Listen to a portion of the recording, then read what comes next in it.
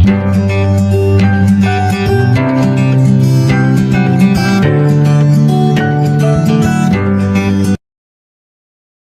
दर्शकों, आप हमारे चैनल डॉक्टर धर्मानंद एस्ट्रोलॉजी को लाल बटन दबाकर सब्सक्राइब करें और बेल आइकन दबाएं ताकि हमारे सभी कार्यक्रम ज्योतिष और अध्यात्म से संबंधित ज्ञान आप तक आसानी से पहुंचे।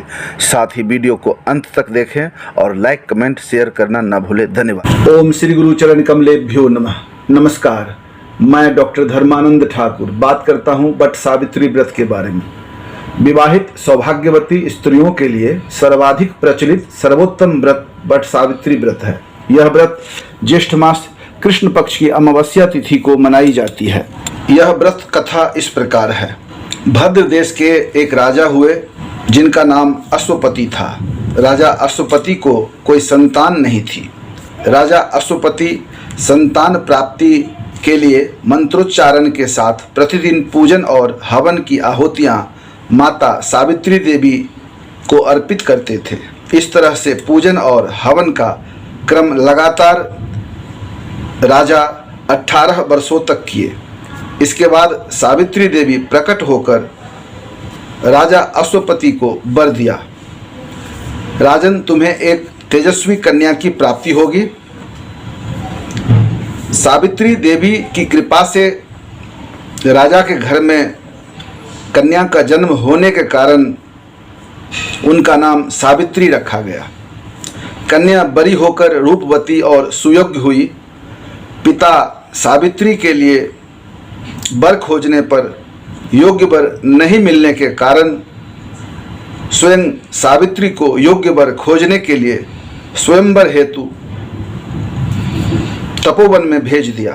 कन्या सावित्री वर के तलाश में तपोवन में भटकने लगी, जहां साल्व देश के राजा द्युमत सेन रहते थे, क्योंकि उनका राज्य किसी ने छीन लिया था।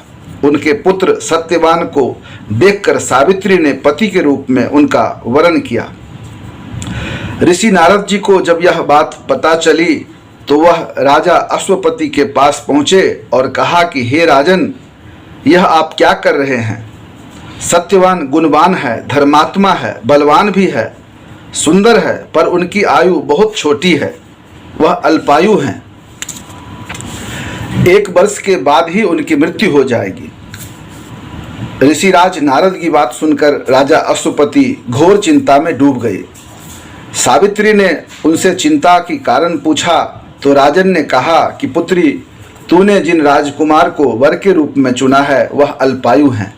तुम्हें किसी और को अपना जीवन साथी बनाना चाहिए। इस पर सावित्री ने कहा कि पिताजी, आर्य कन्याएं अपने पति का एक ही बार वर्णन करती है। राजा एक ही बार आज्ञा देते हैं और पंडित एक ही बार प्रतिज्ञा करते हैं और कन्यादान भी एक ही बार किया जाता है। इस कारण सावित्री हठ के साथ सत्यवान से ही विवाह करूंगी, ऐसा वचन कही। फिर राजा अश्वपति ने सावित्री का विवाह सत्यवान के साथ करा दिया। सावित्री अपने ससुराल पहुंची, सास ससुर की सेवा करने लगी। समय बीतता गया। नारद मुनि ने सावित्री को सत्यवान के मृत्यु के दिन समय के बारे में पहले ही बता दिए थे। वह प्रतिदिन जैसे जैसे समय करीब आता था, सावित्री अधीर होने लगी। उन्होंने मृत्यु से 3 दिन पहले ही उपवास शुरू कर दिया। नारद मुनि द्वारा कथित निश्चित तिथि पर पितरों का पूजन किया।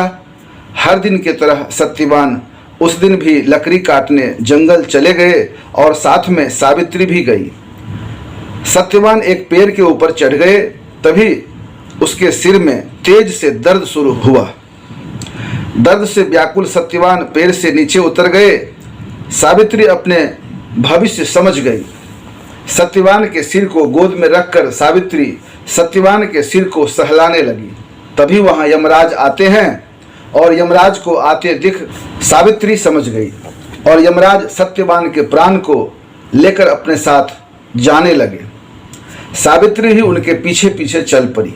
यमराज ने सावित्री को समझाने की कोशिश की कि यही विधि का विधान है, लेकिन सावित्री नहीं मानी। सावित्री की निष्ठा और पति परायणता को देखते हुए यमराज ने सावित्री से कहा कि हे देवी तुम धन्य हो, तुम मुझसे कोई वर मांग लो।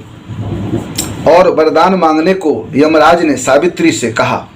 तो सावित्री ने कहा कि मेरे सास और ससुर वनवासी और अंधे हैं, उन्हें आप दिव्य ज्योति प्रदान करें। यमराज ने कहा ऐसा ही होगा, जाओ अब लौट जाओ। लेकिन सावित्री अपने पति सत्यवान के पीछे चलती रही।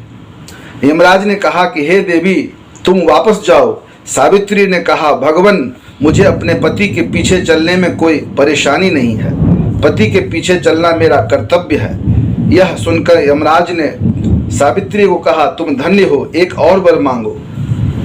सावित्री बोली मेरे ससुर जी का राज्य छिन गया है, उसे पुनः वापस दिला दिया जाए। यमराज जी ने सावित्री को यह वरदान भी दे दिया और कहा तुम लौट जाओ। लेकिन सावित्री पीछे पीछे चलती रही।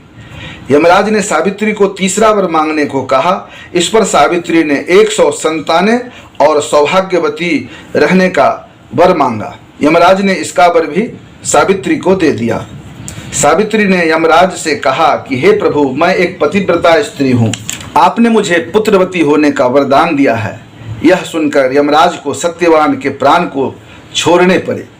यमराज अंतर्ध्यान हो गए और सावित्री उसी बट वृक्ष के नीचे आ गई जहां उसके पति का मृत शरीर पड़ा था। सत्यवान जीवित हो गया और दोनों खुशी खुशी अपने राज्य की ओर चले गए। घर जाकर देखा तो माता पिता को दिव्य ज्योति प्राप्त हो गई है। इस प्रकार सावित्री सत्यवान चिरकाल तक राज्य सुख भोगते हुए धरती पर निवास किए। अतः पतिव्रता नारी को प्रथम अपने सास ससुर का उचित पूजन करने के साथ ही अन्य विधियों को प्रारंभ करना चाहिए। बट सावित्री व्रत को करने और कथा को सुनने से उपवासक को वैवाहिक जीवन का सुख प्राप्त होता है, सौभाग्य, संतति, पुत्र पौत्रादि सुखों को प्राप्त करते हैं, साथ साथ धन धान्य आदि की वृद्धि होती है। उनके पति आदि पर कोई संकट आया भी तो वह टल जाता है। वर्ष 2023 में बट सावित्री व्रत ज्येष्ठ मास कृष्ण पक्ष की अमावस्या तिथि शुक्रवार को अंग्रेजी तारीख 19 मई 2023 ईस्वी को है। इस दिन अमावस्या सुबह से लेकर रात्रि 8:39 तक रहेंगी। पूजन का शुभ समय प्रातः 5:19 से लेकर सुबह 8:19 तक, फिर दिन में 11:19 के बाद संध्या 6:41 के भीतर शुभ रहेगा, उत्तम रहेगा। यह पूजन बट वृक्ष के नीचे करें। इसमें सावित्री, सत्यवान एवं यमराज की मूर्ति स्थापित करके सोना या मिट्टी का मूर्ति होना चाहिए। यदि आप मूर्ति नहीं रख पाते हैं तो मानसिक रूप से ध्यान करते हुए पूजन करना चाहिए। पूजन के बाद बट वृक्ष के मूल में जड़ में जल डालें, फूल फल मिठाई आदि के साथ धूप दीप आदि दिखाकर विधिवत पूजन करें और पूजन के बाद बट वृक्ष को गले लगाएं, पंखा करें।